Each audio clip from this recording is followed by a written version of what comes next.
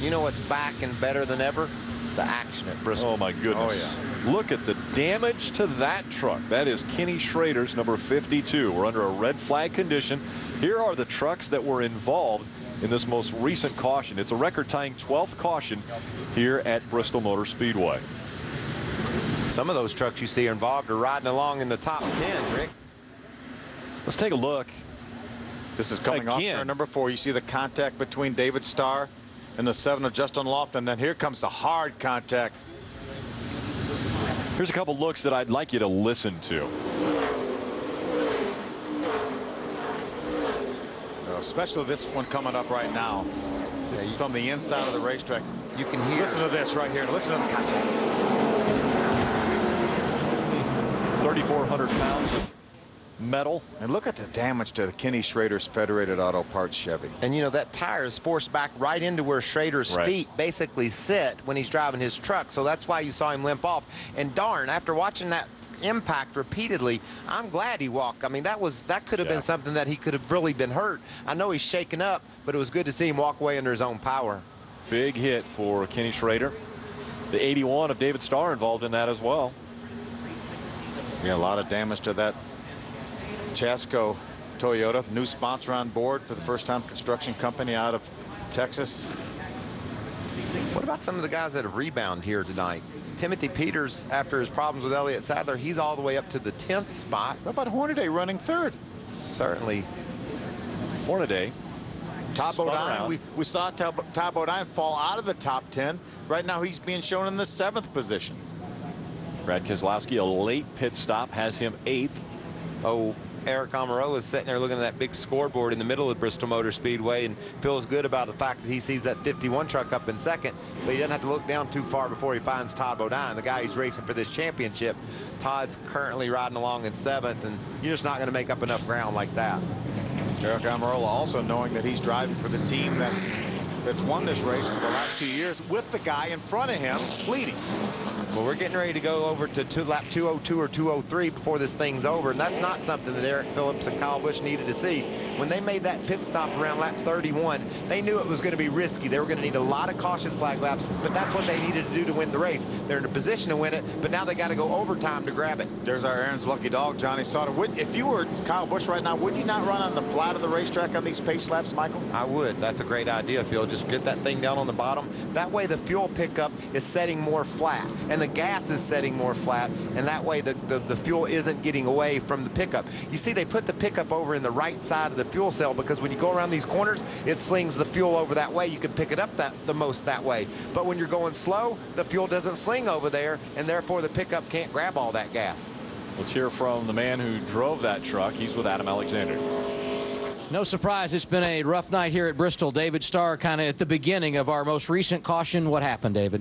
Well, first of all, I thought to thank the Chasco people. Our Chasco contract in Toyota Tundra was pretty awesome tonight. And the 7 truck got into me and got on and spun me out.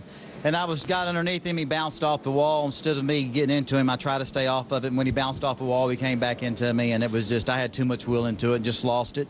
It's just a shame because our Chasco contract in Toyota Tundra, I thought we was going to get a good finish tonight, but it's not to be. So we gave it all we had. What about the impact with Schrader after you hit the inside wall? Yeah, it was pretty hard. My back was hurting me already. It was a pretty hard hit. Kenny's okay, hurt his foot, but he told me it was not his fault. I came up to him, so he's joking in there, so he's okay. But pretty hard hit. I'd like to say hi to my wife back at home in Dallas, let her know I'm okay, but just disappointed we didn't get to finish that I thought we was going to get tonight. Thanks, David. Thank you. What about this move, guys? I think Matt Crampton was worried about running under fuel. We saw his truck bobble on the very start. Looked like maybe it didn't quite pick up the fuel, so I think it was a situation where he said, hey, I'm not sure I'm going to be able to go again in this restart. Why not put a little fuel in it? Hey, while we're at it, let's put some tires on. Aren't that many trucks on the lead lap here? 14 on the lead lap. Setzer running 14. Right. You were right. Crafton's truck did sputter, but I want to talk about the 51. Eric Almirola does not have power steering, but he did get on the radio and say, what should I do if the 18 sputters and doesn't get a good restart? They said, soon as you get to that double red line, we're going to tell you that you're at that point, and from there you just go, and we'll figure it out in the end. Eric Almirola going for win number 3 of the season. Adam? And Kenny Schrader coming from the infield care center. Banged up there on your left foot, Kenny. You okay? Yeah, I just banged bounced my ankle around pedals. Not even my ankle. My ankle's fine, just top of my foot, just sore. Where does that hit rate? Because there was a lot of impact there. Seemed like it at times, yeah. If it wasn't for 1 hour here, it wouldn't be bad at all. Thanks, Kenny, and we're glad you're okay. Thank you. 2 big hits for Ken Trader. Man, this race has gone to lap 203 now. Phil will get the green on 204, have to run to 206. Well, and I'm guessing one guy who's wanting this thing to get underway right away is Kyle Busch in that 18. And just not knowing what you have or don't have in a position to win the race, that's just so painful. And remember, we can do this 3 times. Up to 3 times, attempts for sure. at a green-white checker finish. This will be the 5th attempt at a green-white checker for the 2010 season. You know, Mike Skinner needs to be on his toes here too. If that 18 truck doesn't go, he's got to be able to figure out how to get around him. And Here look the at that field right. comes out of turn number 4. Kyle Busch into the gas. Green flag out. He's got it through 1 and 2. And he's checking out down the backstretch. Does he have enough? How about Tomo and I racing up in the top 5 right now? Here comes Hornaday to the inside of Mike Skinner. Got a spin. White flag out. As they spin behind him. Caution flag. Kyle Busch took the white flag. We'll see if NASCAR says it's official. Kyle Busch was across the stripe when the accident was happening behind him in turn 4. And listen, you can almost hear it. It almost sounded like Checker flag is in the hand of the flag person. Sure enough. Kyle Busch will win 3 in a row at Bristol. You could hear the motor blubber a little bit. It sounded like on that 18 when he came through 3 and 4. But he's got enough to get the win. Austin Dillon's not happy with Matt Crafton. They were kind of shoving on each other coming down the front straightaway. How about Kyle Busch after making an adjustment? And we're hearing that he ran out of gas just now. But after making the adjustment, after qualifying, he starts at the back, works his way to the front, made short order of the field, and gets another win. Got to be proud of that team, Bill. Eric Phillips and the strategy that they used to win the race. Certainly a great call by Eric and those guys that worked so hard for Kyle Busch. We talked at the very beginning of the race. Could Kyle Busch win this race from the back? Had never been one from farther back than 12. We said he could. We all agreed that he could because of how fast that truck is. And the fact he had such a good truck, it may take some differing pit strategy. It worked. He pitted early. Well, Eric Phillips was nervous before, but he should be nervous now. He's with Brad. Hey, Eric, there must be some gas left in that thing because he's doing a burnout. Congratulations. A little risky call at the beginning, I thought, but it all worked out. Yeah, it was risky, but track position's so hard here. You know, Kyle won this race last year, got behind that 23, never could pass him. We knew we had to come early.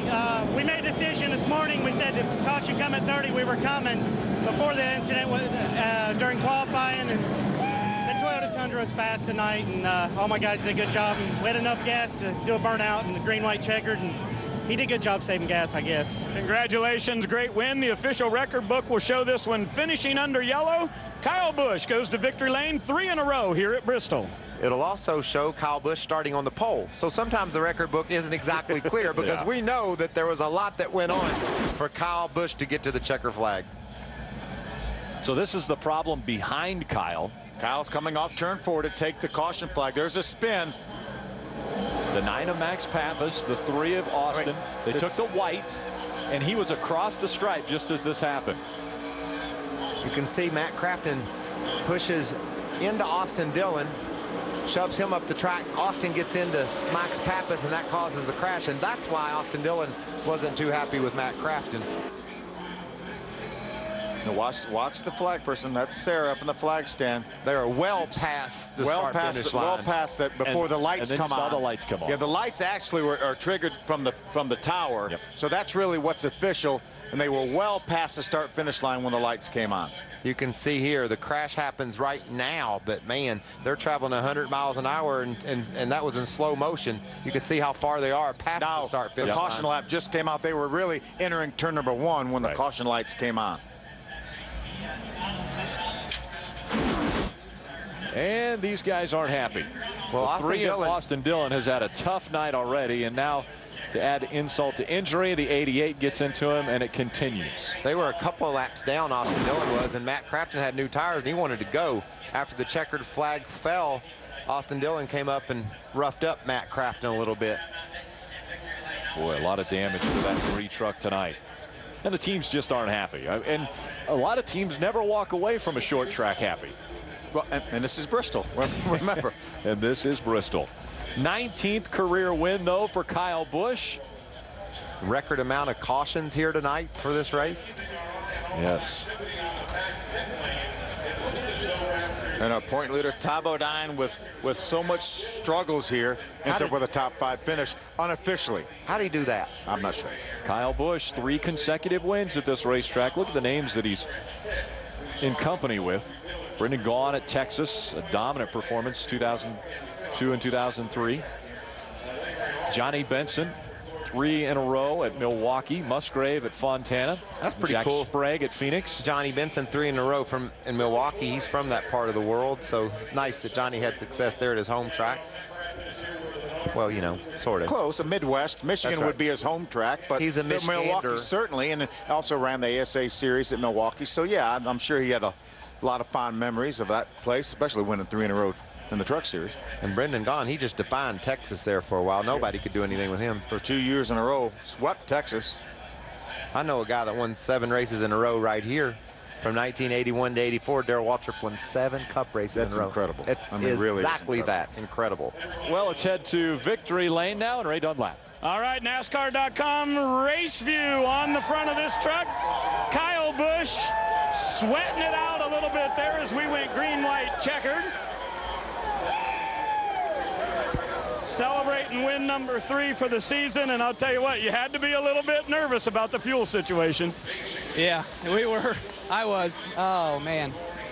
It ran out on the second to last restart, and it ran out again on the last restart, coming right there to the line. So I didn't know if I got the white flag or not, but, man, that was close. I tell you what, I can't thank NASCAR.com, Race Review, Track Pass, Toyota M&Ms, Z-Line Designs, Interstate Batteries. NOS is what's powering me to victory lane for this week. It's going to be a lot of racing, but, of course, Electric Sunglasses, Camping World, great series of fans, of course, coming out here supporting Bristol on a Wednesday night. That's pretty awesome. And our other partners on board, Flexco, of course, Toyota. Don't forget, you can win my Tundra. Go to winkylestundra.com, and we're giving away a free Toyota Tundra, so it's for the foundation. That may be the most sponsor plugs ever, but you did it very smoothly. I do want to ask you a question, though. You know, we've talked over and over. You've won 3 races in all the series here at Bristol, but no one's ever done 3 in the same weekend. Can you do it this weekend? I was very close last year. I won the truck race, didn't win a nationwide race, got wrecked there, but won the Cup race. So I don't see why not, Ray. You know, I feel like my chances are pretty good. I love racing here, and Bristol's always so much fun. So, you know, I can't wait to get going. But again, NASCAR.com race view, you get 18% off from the rest of this weekend on a purchase of Track Pass subscription. Sounds like a good deal to me, and congratulations to you. Kyle Busch back in victory lane. Let's go to Adam. And Matt Crafton records a top 10 finish here tonight. That's the good news, but some interesting things happening there at the close. I know you and Austin Dillon had words. Take us through what happened and then what Austin and Crew Chief Danny Stockman said to you. I mean, they were upset. I mean, I understand they'd be upset. I mean, well, we were on the lead lap, and I was trying to get through them, everybody to get lined up behind the lead lap guys, because we came in and put tires on our stuff, and that's the last thing I wanted to do is wreck him. I mean, that was not intended. I tried to get him up off the bottom, and it was not intended to wreck. I was on the lead lap trying to race for position, trying to get something, and like I said, I got into a little harder than I meant to. And all in all, I mean, got to thank these guys who worked hard today. We had an overheating problem there at the very beginning, and had to keep coming down, cooling the thing down, drill a hole in the nose of it, cool it down, got to second, and then just started running out of gas there at the end. Thanks, Matt. Thank you. So that was one side of the story. Matt Crafton obviously saying he didn't want to get into the back of the 3 of Austin Dillon, but he did. And Austin Dillon went around, and, well, Kyle Busch went around, but it was in celebration. Celebrating 3 in a row from Bristol. Can he win all 3 in Bristol? Well, that'll be the big question now.